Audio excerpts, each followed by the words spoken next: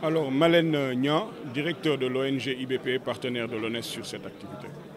D'abord, je me félicite que les experts fiscaux du Sénégal et que l'Ordre national des experts généralement s'intéressent à la question de l'évaluation de l'incitation fiscale, parce que c'est une question qui est une question d'actualité économique.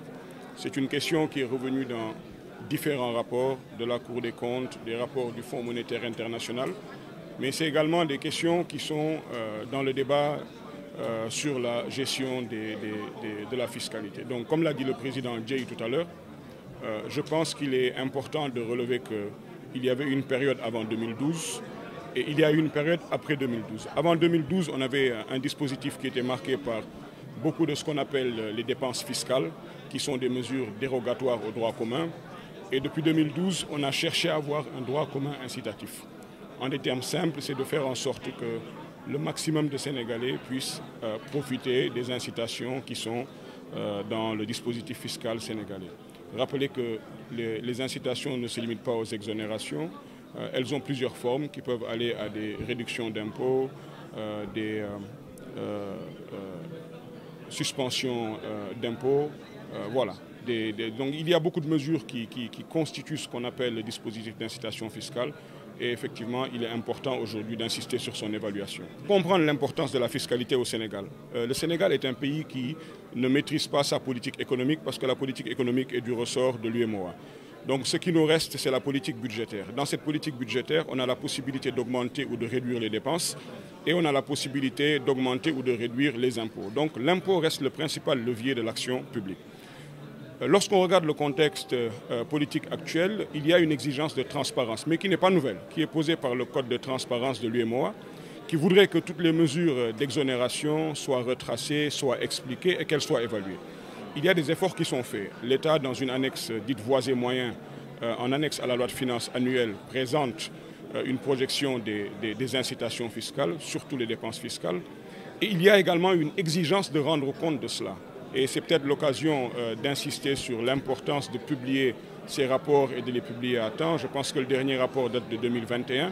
Des efforts sont consentis dans ce niveau, mais au-delà de la publication des rapports, je pense, comme l'a soulevé tout à l'heure le président de la section fiscale de l'ONES, il faut revoir la question de l'évaluation. L'évaluation se fait selon plusieurs méthodes. Au Sénégal, on évalue en fonction des pertes de ressources budgétaires. Une méthode dite toutes choses égales, perte de recettes toutes choses égales par ailleurs. Aujourd'hui, il faut regarder l'impact économique des incitations fiscales sur les secteurs sociaux, sur l'activité économique, sur la promotion des petites et moyennes entreprises. Donc le rôle de la fiscalité, pour répondre de manière simple à votre question, dans une fonction classique, c'est de collecter des ressources pour couvrir les charges publiques, mais dans un contexte moderne, c'est un moyen d'intervention de l'État. L'État, au lieu de faire des subventions parfois, consent des réductions, des baisses d'impôts à des acteurs en contrepartie d'un comportement économique souhaité. Cela peut être l'investissement, ça peut être la consommation. Oui. Oui. Comment est-ce que vous appréciez justement les nouvelles dynamiques ou les nouvelles démarches de l'État du Sénégal? Alors, il n'y a pas de dynamiques nouvelles qui ont été portées par le nouveau gouvernement en place par rapport à la question de l'incitation fiscale. Le dernier dispositif date de 2012, c'est le droit commun incitatif. Aujourd'hui, on est en 2024 et avec l'ONES, on a donné un signal qui est qu'il faut s'arrêter. Il faut s'arrêter pour voir ce qui a été fait de 2012 à nos jours, mais il faut également s'arrêter pour voir la base même et le fondement même de l'incitation fiscale au Sénégal. On a les zones franches, les zones d'exception fiscale, etc. etc. On a la loi sur les entreprises franches d'exportation. C'est des mesures qui sont reconduites. Parfois même, des mesures qui ne sont pas connues du grand public. La loi Gowana était une loi qui était très incitative. Mais qu'est-ce que ça a eu comme impact sur l'agriculture? Qu'est-ce que ça a eu comme impact sur l'emploi des jeunes?